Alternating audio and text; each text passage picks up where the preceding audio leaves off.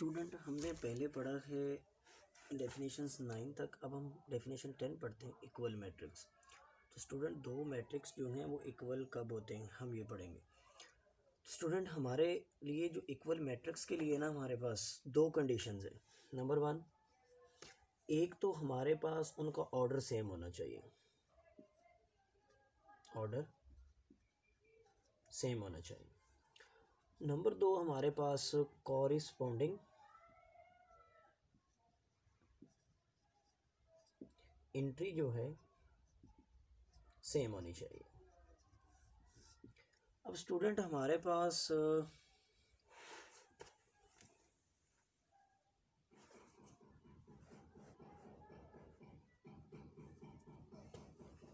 What is meant by order and what is meant by corresponding. तो order तो हम पहले डिस्कस कर चुके हैं स्टूडेंट कि ऑर्डर क्या है, कि नंबर ऑफ रोज और नंबर ऑफ कॉलम्स उनके इक्वल होने चाहिए। Number two, corresponding. तो स्टूडेंट ये मसला ये हमारे लिए प्रॉब्लम भी है और यही फिर हमारे लिए सॉल्यूशंस भी क्रिएट करता है कि जब हम दो मैट्रिक्स को कंपेयर करते हैं तो हमारे लिए जो एंट्री की वैल्यू होती है वो हमें वहाँ से मिलती है। स्टूडेंट देखिए कि अगर हमारे पास कोई ए मैट्रिक्स है और मैट्रिक्स बी है, अब हम इन दोनों के दरमियान में इक्वल उस वक़्त लिख सकते हैं जब हमारे पास दो कंडीशंस होल्ड करें। ठीक है, नंबर वन, इनका ऑर्डर सेम होना चाहिए। तो सेम मैं लिख देता हूँ एज 3x2, तो ये भी 3x2। अब ऑर्डर सेम हो गया क्योंकि इसमें भी 3 रोज़ होंगी और इसमें भी 3 कॉलम्स होंगे। लेकिन अगर मैं यहाँ पे 1 लिखता हूँ तो ये ज़रूरी है कि मुझे यहाँ पे भी 1 लिखना पड़ेगा अगर ये दोनों इक्वल हैं। तो अगर मैं यहाँ पे 2 लिखता हूँ तो मुझे यहाँ पे भी 2 लिखना पड़ेगा। मैं यहाँ पे 3 लिखता हूँ तो मुझे यहाँ पे भी 3 लिखना पड़ेगा। मैं यहाँ पे 4 लिखता हूँ तो मुझे यहाँ पे भी 4 लिखना पड़ेगा। अब मैं लिख सकता हूँ a is equal to b, कि a और b हमारे पास इक्वल है। स्टूडेंट अगर ये सिचुएशन नहीं है, हम इन एंट्रीज़ को किसी भी तरीके से लिख सकते हैं। अब मैं अगर इसको 3 लिखा है तो मैं इसको 1+2 भी लिख सकता हूँ। इस एंट्री को 1+2 इक्वल टू 3। इसका मतलब है अगर मैं b को इस तरीके से भी लिख दूँ तो फिर आपको मसला नहीं होना चाहिए। 1+0 तो ये भी 1 है, 2+1 ये भी 2+1+1 लिख दें इसको, फिर भी 2 है। 3+0 लिख दें ये भी ठीक है। 2+2 लिख दें ये भी 4 है हमारे पास, तो ये भी एक b है। अब इस b को हम यूं भी लिख सकते हैं,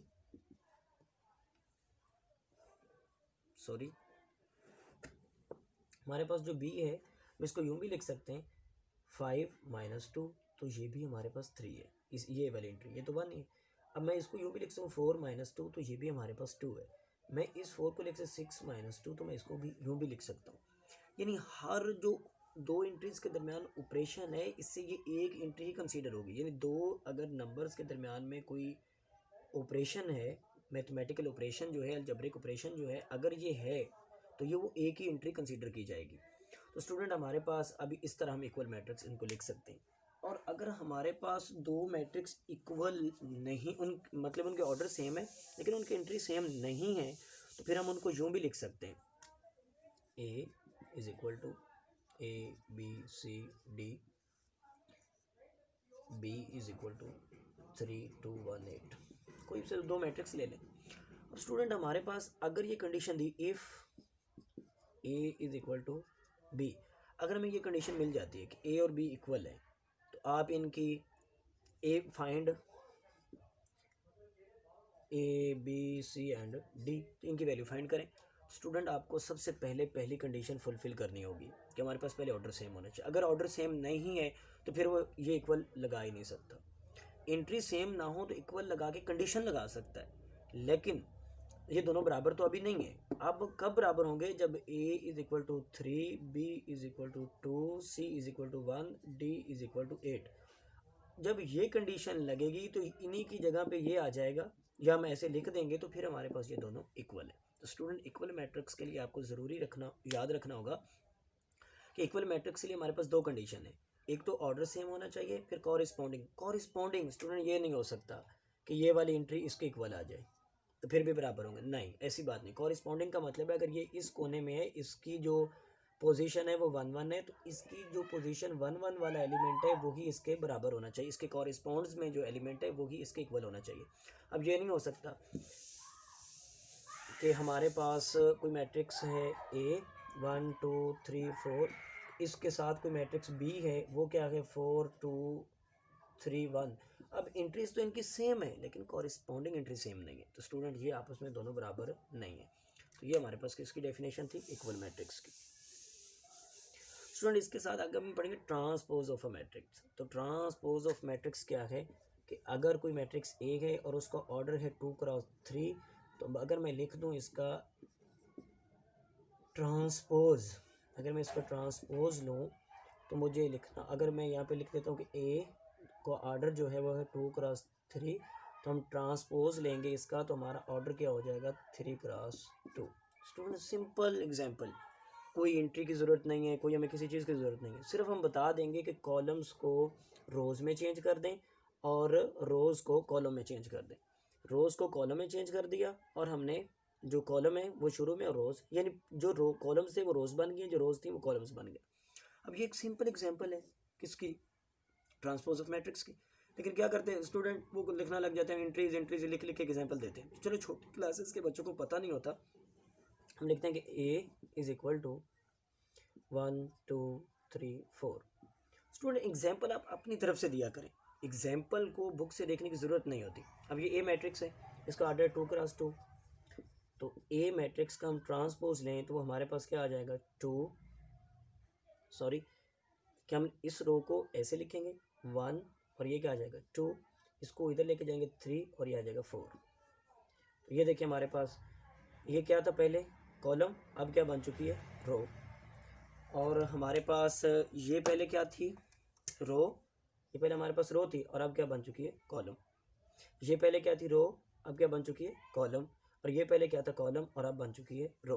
तो स्टूडेंट हमारे पास रोज़ और कॉलम को इंटरचेंज किया जाता है तो हमारे पास क्या हासिल होता है ट्रांसपोज। अब डेफिनेशन क्या है, if a matrix A of m cross n order then the transpose of the matrix is written by a m n cross m।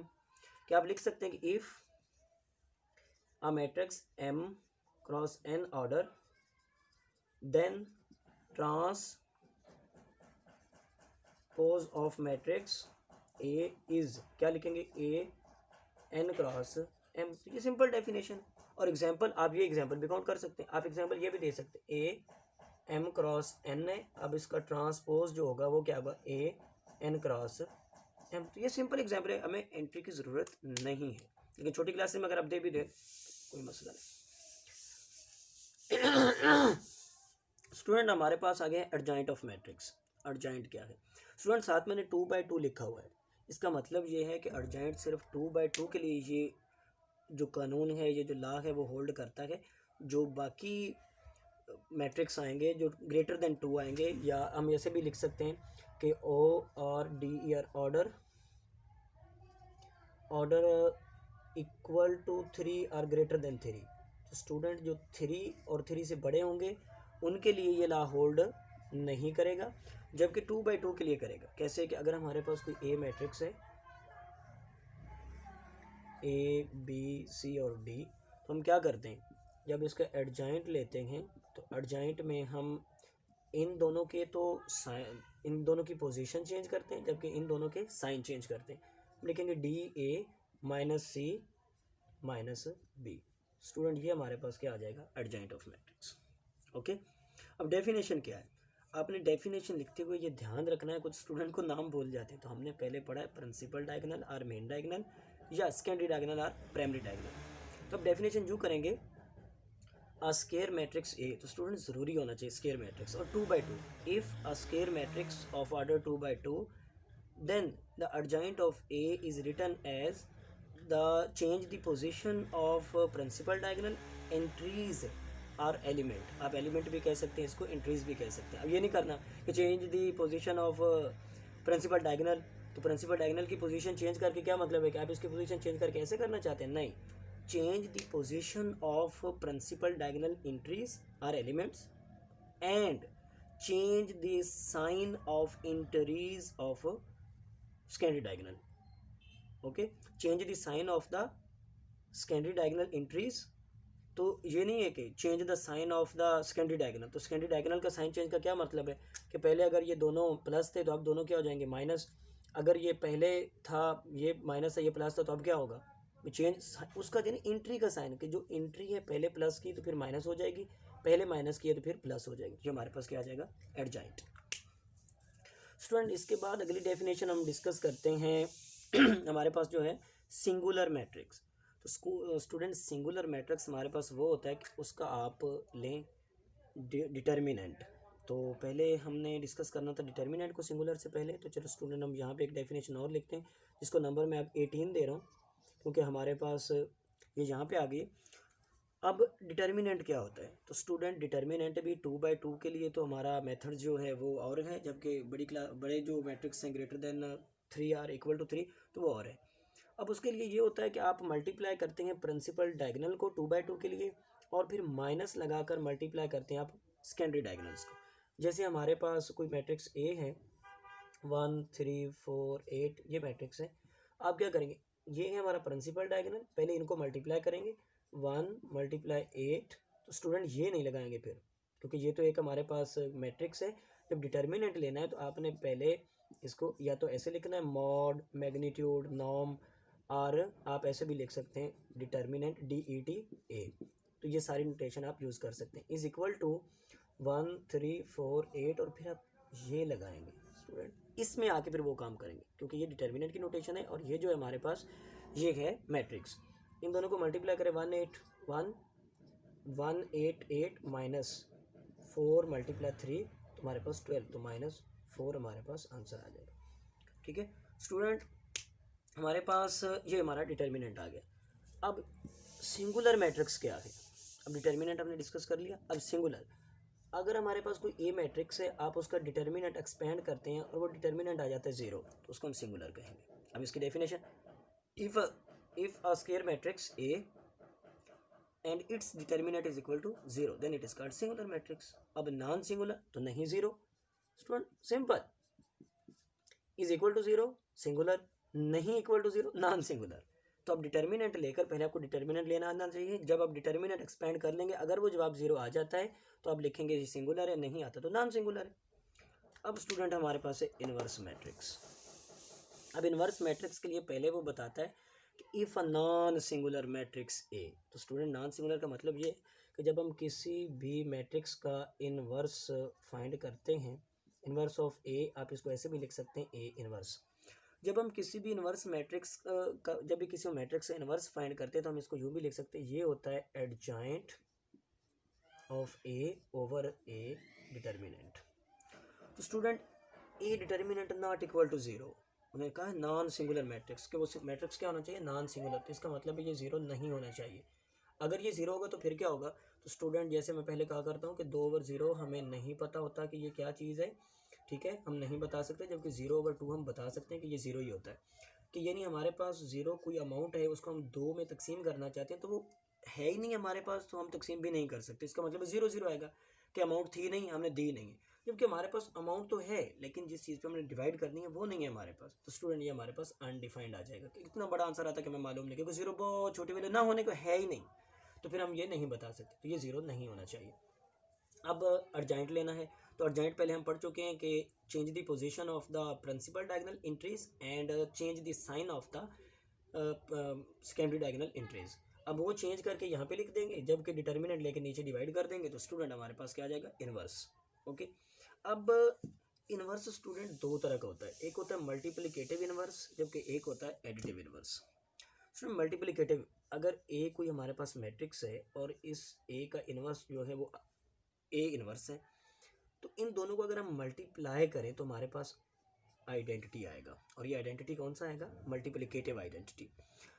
अब इन्वर्स में कॉम्यूटेटिव लॉ भी होल्ड करता होता है कि आप इसको लेफ्ट साइड से मल्टीप्लाई करें या राइट साइड से मल्टीप्लाई करें, हमारे पास आंसर क्या आता है आइडेंटिटी। और इसके साथ साथ एक होता है मल्टीपल एडिटिव इन्वर्स, कि कोई मैट्रिक्स ए है उसमें आप एक नेगेटिव मैट्रिक्स ए ऐड करें तो हमारे पास आइडेंटिटी आएगा, और ये आइडेंटिटी कौन सा होगा एडिटिव आइडेंटिटी। इसको आप ऐसे भी लिख सकते हैं माइनस ए में आप प्लस कर सकते हैं ए, ठीक है। तो हमारे पास ये भी आंसर आइडेंटिटी आएगा, ये भी आंसर आइडेंटिटी आएगा। अब ये जो है मल्टीप्लिकेटिव इन्वर्स, इसको हम सिंपल इन्वर्स ऑफ मैट्रिक्स भी कहते हैं, लेकिन जो मैट्रिक्स में एडिटिव इन्वर्स होता है उसी को हम क्या कहते हैं, नेगेटिव मैट्रिक्स। तो स्टूडेंट हमारे पास जब नेगेटिव मैट्रिक, अब मैं इसकी डेफिनेशन इस तरह करता हूँ कि कोई भी ऐसा नंबर जो किसी दूसरे नंबर से मल्टीप्लाई हो और आंसर आ जाए मल्टीप्लिकेटिव आइडेंटिटी, तो वो दोनों नंबर एक दूसरे के मल्टीप्लिकेटिव इन्वर्स होंगे, ठीक है। मैं नंबर, रियल नंबर की बात करूँ, जैसे 2 और 1/2 आपस में मल्टीप्लाई करते हैं, तो 2 और 1/2 दोनों बिलोंग करते हैं आर को। जब ये दोनों एक दूसरे से मल्टीप्लाई होंगे तो हमारे पास आंसर क्या आएगा, आइडेंटिटी। और ये आइडेंटिटी कौन सी आई है, मल्टीप्लिकेटिव आइडेंटिटी। इसका मतलब है हमारे पास ये दोनों मल्टीप्लिकेटिव इन्वर्स हैं एक दूसरे का। अगर 2 और -2 एक दूसरे से ऐड हो तो हमारे पास जो आइडेंटिटी है वो कौन सी आएगी, एडिटिव। तो इसका मतलब है ये दोनों एक दूसरे के एडिटिव इन्वर्स हैं, तो ये भी तो दोनों आर को बिलोंग करते हैं, ओके। तो स्टूडेंट हमारे पास 1/2 है तो -1/2 होगा, ये दोनों भी आर को बिलोंग करते हैं। अगर हम इन दोनों को ऐड करें 1/2 प्लस 1/2, तो इनका आंसर 0। अब अगर आए एडिटिव आइडेंटिटी तो ये दोनों एक दूसरे के एडिटिव इनवर्स, अगर आंसर आए मल्टीप्लिकेटिव आइडेंटिटी तो ये दोनों एक दूसरे के मल्टीप्लिकेटिव इनवर्स। तो ये तो रियल नंबर की बात है, लेकिन मैट्रिक्स जो हैं वो क्या है, वेक्टर्स हैं। तो उनमें भी यही बात है कि अगर दो आपस में मल्टीप्लाई हो मैट्रिक्स और आंसर आ जाए मल्टीप्लिकेटिव आइडेंटिटी, मल्टीप्लाई हो और मल्टीप्लिकेटिव आइडेंटिटी हो, ये ना हो कि आपस में ऐड हो जाए और आंसर जो है वो हमारे पास आइडेंटिटी आ जाए और हम कहेंगे एक दूसरे का एडिटिव इनवर्स है, मल्टीप्लिकेटिव इनवर्स। नो जनाब, मल्टीप्लाई हो और आंसर भी मल्टीप्लिकेटिव आइडेंटिटी आए तो वो दोनों एक दूसरे का इन्वर्स होंगे। जबकि दोनों हों ऐड, ये ना कि दोनों मल्टीप्लाई हो और आंसर 0 0 आ जाए और हम कहेंगे जी ये दो एक दूसरे का एडिटिव इन्वर्स है। नहीं, दोनों ऐड हों, जिस ऑपरेशन की आइडेंटिटी आए उसी ऑपरेशन के साथ उनको अप्लाई किया जाए तो वो एक दूसरे के एडिटिव इन्वर्स कहलाएंगे। स्टूडेंट नेगेटिव मैट्रिक्स क्या होता है, अगर हमें एक मैट्रिक्स ए दिया हुआ है, ए बी माइनस सी और डी, ये कोई मैट्रिक्स है। अब कोई हमें कहे कि इसका नेगेटिव फाइंड कर दो। अब इसके नेगेटिव फाइंड करने का मतलब ये है कि वो हम इसमें ऐड करें तो आंसर हमारे पास 0 0 0 0 आना चाहिए, क्योंकि हमने लेके आना है एडिटिव आइडेंटिटी को। तो एडिटिव्स का नेगेटिव मैट्रिक्स क्या होगा, -a इज इक्वल टू, अब इनकी सारी की नोटेशन चेंज कर दें, -a -b c और d। अब अगर ये हम इसमें ऐड करें तो हमारे पास आंसर एडिटिव आइडेंटिटी आएगा। तो ये दोनों एक दूसरे के नेगेटिव मैट्रिक्स हैं, ये इसका नेगेटिव है, ये इसका नेगेटिव है। ये नहीं है कि ये सिर्फ नेगेटिव है और ये असल है। अगर ये मैट्रिक्स अगर मैं ये रेज कर दूं, अब ये मैट्रिक्स है, इसका नेगेटिव क्या है, इसका नेगेटिव ये मैट्रिक्स आएगा, ओके। तो स्टूडेंट हमारे पास ये है इनवर्स। अब इसके बाद स्टूडेंट अगर किसी को समझ नहीं आ रही, कोई प्रॉब्लम क्रिएट हो रहा है, तो आप नीचे वीडियो के कमेंट में आप मुझसे पूछ सकते हैं कि सर हमें यहाँ से समझ नहीं है, या फिर मेरा व्हाट्सएप नंबर जो है मैं यहाँ पे लिख देता हूँ, आप इस पर स्पेशल कॉन्टैक्ट कर सकते हैं। व्हाट्सएप नंबर भी है और ये मेरा सिम नंबर भी है, तो आप इस पर कॉन्टैक्ट भी कर सकते हैं, ओके। स्टूडेंट 03039247 340, आप इस पर मेरे साथ कॉन्टैक्ट भी कर सकते हैं, ओके। स्टूडेंट इसके बाद हमारी डेफिनेशन है सिमेट्रिक मैट्रिक्स। स्टूडेंट सिमेट्रिक और स्क्यू सिमेट्रिक बहुत सिंपल जो है ये डेफिनेशंस है, कोई मसला नहीं है, घबराने की ज़रूरत नहीं है। सिमेट्रिक, हमारे पास कोई मैट्रिक्स ए है, कोई भी है, आप उसका ट्रांसपोज ले लें। ट्रांसपोज लेने के बाद अगर फिर हमारे पास वही मैट्रिक्स आ जाता है ए, तो आप क्या करेंगे, आप कहेंगे कि ये जी सिमेट्रिक है। आपके पास कोई मैट्रिक्स ए है, आप उसका लेते हैं ट्रांसपोज और आपके पास -a आंसर आ जाता है, तो आप कहेंगे ये स्क्यू सिमेट्रिक है। अब लोग बुक से याद कर रहे होते हैं बच्चे इसकी एग्जांपल, नहीं स्टूडेंट एग्जांपल अपनी तरफ से लिखें, सोच के लिखें कि हम ऐसा मैट्रिक्स, कुछ स्टूडेंट ये लिख देते हैं जी, ये लिख 1 1 1 1, तो भाई ये ट्रिवियल होता है। 2 2 2, भाई ये ट्रिवियल है। कुछ के सबको ए भी, ये ट्रिवियल है, ठीक है। ये सिमेट्रिक तो है, ये ट्रिवियल केस है। आप कोई ऐसी एग्जांपल दें कि अगला देखने वाले को पता चले कि यार बच्चे ने एग्जांपल तो दी है। अब ये देखें, मैं ये लिखता होता हूँ कि ये जो एंट्री है ना, ये चेंज नहीं होती। जब आप ट्रांसपोज लेते हैं तो ये यहीं पे रहती है।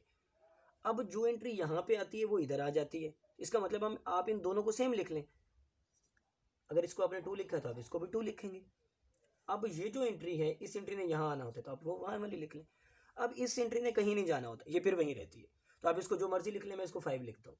अब इसके बाद जो एंट्री यहाँ पे आएगी वही एंट्री यहाँ पे आएगी, क्योंकि जब ट्रांसपोज लेंगे तो ये ऐसे लिखा जाएगा, ये ऐसे है तो ये ऐसे लिखा जाएगा, तो ये एंट्री यहाँ पे आएगी। तो मैं ये यहाँ पे लिख लेता हूँ। अब यहाँ पे जो मर्जी लिख लें, तो इसने तो यहीं रहना है। तो स्टूडेंट अब मैंने एक एग्जाम्पल लिख दी। अब अगर मैं ए ट्रांसपोज लूँ तो हमारे पास क्या आएगा, 1 2 3। ये देखें 1 2 3, इसको मैंने यूँ लिख दिया 1 2 3। अब 2 5 6, 2 5 6 मैंने इसको यूँ लिख दिया। अब ये वाला 3 6 10, तो इसको मैं अब यूँ लिखूँ 3 6 10, ये देखें लिखा गया। अब इसको ये जो था 3 2 6 ये लिखा गया। अब ये 2 5 6, तो 2 5 6 1 2 3 1 2 3, तो हमारे पास वही मैट्रिक्स आया। तो अब मैं इसको क्या लिख सकता हूँ, ए। इसका मतलब है A T is equal to A. तो हमारे पास ए क्या है, सिमेट्रिक मैट्रिक्स है। Student simple. अब इसके बाद हम दोबारा काम वही करते हैं। स्टूडेंट अगर हमारे पास कोई ए मैट्रिक्स है, इस एंट्री ने तो चेंज नहीं होना होता, तो इसका साइन भी फिर चेंज होगा जब हमारे पास स्क्यू सिमेट्रिक की डेफिनेशन लिखेंगे। तो स्क्यू सिमेट्रिक में जो डायगोनल की एंट्रीज हैं वो ज़ीरो होती हैं।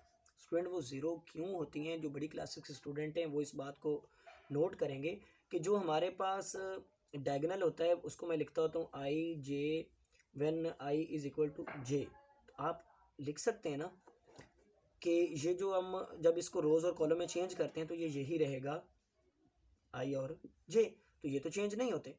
तो स्टूडेंट यहाँ पे होता क्या है, हमारे पास जब आई और जे सेम होते तो मैं लिख सकता हूँ I is equal to I. तो अब ये देखें I minus I is equal to 0। अब हमारे पास ये तो है उसमें डायगोनल में, सॉरी उसमें सिमेट्रिक में। जबकि स्क्यू सिमेट्रिक में क्या होता है कि जब आप ट्रांसपोज लेते हैं तो दूसरी एंट्रीज में क्या आना चाहिए, नेगेटिव आना चाहिए। तो उस नेगेटिव का मतलब क्या है कि ये जो नेगेटिव है ये इधर आके पॉजिटिव, तो 2i which is equal to 0, तो आई इज इक्वल टू 0। तो इसका मतलब है जहाँ पे दोनों डायगोनल सेम होंगे वहाँ पे आंसर क्या आएगा हमारा 0। जब वहाँ पे आंसर, तो डायगोनल में हमें क्या लिखना चाहिए 0 0। अब स्टूडेंट यहाँ से हम लिखेंगे इसकी एग्जांपल जो है स्क्यू सिमेट्रिक की। तो इसमें हमने साबित तो ये कर लिया कि हमारे पास जो डायगोनल की एंट्रीज हैं वो 0 0 होनी चाहिए। अब डायगोनल की एंट्री जब 0 0 होंगी तो यहाँ पे जो एलिमेंट, यहाँ पे जो एंट्री होती है वो इसके अपोजिट होती है साइन में। यहाँ पे जो एंट्री होती है वो इसके अपोजिट होगी साइन में। जो यहाँ पे एंट्री होगी वो हमारे पास इसके अपोजिट होगी। और यहाँ वाली ये, तो इसको 0 को मैं यहाँ लिख देता हूँ तो हमारे पास ये बन जाएगा। ठीक है, तो ये 0 0 है दरमियान वाली सारी। ठीक है, अब इन एंट्रीज में हम लिखें, अगर आप इधर लिख रहे हैं 3 तो इधर लिखेंगे आप -3 उसके अपोजिट। अब अगर आप यहाँ पे लिख रहे हैं 4 तो यहाँ पे आप लिखेंगे -4। अगर आप यहाँ पे लिख रहे हैं -5 तो आप यहाँ पे क्या लिखेंगे 5। स्टूडेंट सिर्फ साइन अपोजिट होने चाहिए। ये सारे एक साइड पे भी आप लिख सकते हैं प्लस वाले, एक साइड पे आप लिख सकते हैं माइनस वाले, या फिर आप उसमें चेंज भी कर सकते हैं, जो इधर माइनस इधर प्लस, जो इधर प्लस इधर माइनस, या एक साइड पे प्लस एक साइड पे माइनस भी लिख सकते हैं। लेकिन एग्जांपल दें अगले बंदे को ऑथेंटिक, ये ना को ट्रिवियल से एग्जांपल दे दें। अब स्टूडेंट अब ये करते हैं कि अब इसका हम लेते हैं ट्रांसपोज। जब हम ट्रांसपोज लेंगे तो हमारे पास जो ज़ीरोज़ हैं वो तो अपनी ही जगह पर रहेंगे, ये सारे ज़ीरो। अब ये 3 और ये -4 ये इधर आ जाए, -3 और -4 इधर आ जाएंगे, जबकि ये वाले इधर चले जाएंगे कि रो कॉलम में कॉलम रोज में। अब ये जो 5 -5 है ये उधर चला जाएगा जबकि 5 इधर है, तो ये हमारे पास क्या आ गया ट्रांसपोज। अब ये मैट्रिक्स और ये मैट्रिक्स आपस में बराबर नहीं है। स्टूडेंट जिनको थोड़ी बहुत अकल है और जो मतलब है कॉमन लेना जानते हैं, कॉमन किस तरह लिया जाता है, कॉमन का मतलब क्या होता है, वो तो माइनस को कॉमन लेंगे। तो क्या आएगा हमारे पास AT इज इक्वल टू -0। अब इसके साथ माइनस नहीं, तो माइनस हमने कॉमन लिया तो इसके साथ माइनस आ जाएगा, तो ये जाएगा 3 4 -5 0 0 और 5। देखिए स्टूडेंट अब ये वाला जो हमारा मैट्रिक्स है ये दोबारा क्या आ गया -A, क्योंकि ये माइनस और ये A। तो अब मेरे पास AT आ गया है -A, तो इसका मतलब है ये वाला मैट्रिक्स, जो ये वाला मैट्रिक्स है हमारा A, ये क्या है स्क्यू सिमेट्रिक है। अब जिनको ये अकल नहीं है कि कॉमन किस तरह लेते हैं और अक्सर वो गड़बड़ कर देते हैं, तो स्टूडेंट आप सिंपल काम करें, इसके साथ अब यहाँ पे माइनस लगाएं, माइनस लगा के अंदर वाली सबकी नोटेशन चेंज कर दें। चेंज करने का मतलब ये होता है, बात वही है, कान को एक तरफ से पकड़ना दूसरी तरफ से पकड़ लें। तो बात ये है कि माइनस को बाहर लिख के अंदर वाली सबकी नोटेशन चेंज करने का मतलब ये है कि जो प्लस में उनको माइनस में कर दें, जो माइनस में उनको प्लस में कर दें। तो ये जो बाहर आपका जो आने वाला मैट्रिक्स होगा वो दोबारा A आ जाएगा और इस माइनस को उसके साथ लगाएंगे तो हमारे पास आ जाएगा AT इज इक्वल टू -8। अल्लाह हाफिज़।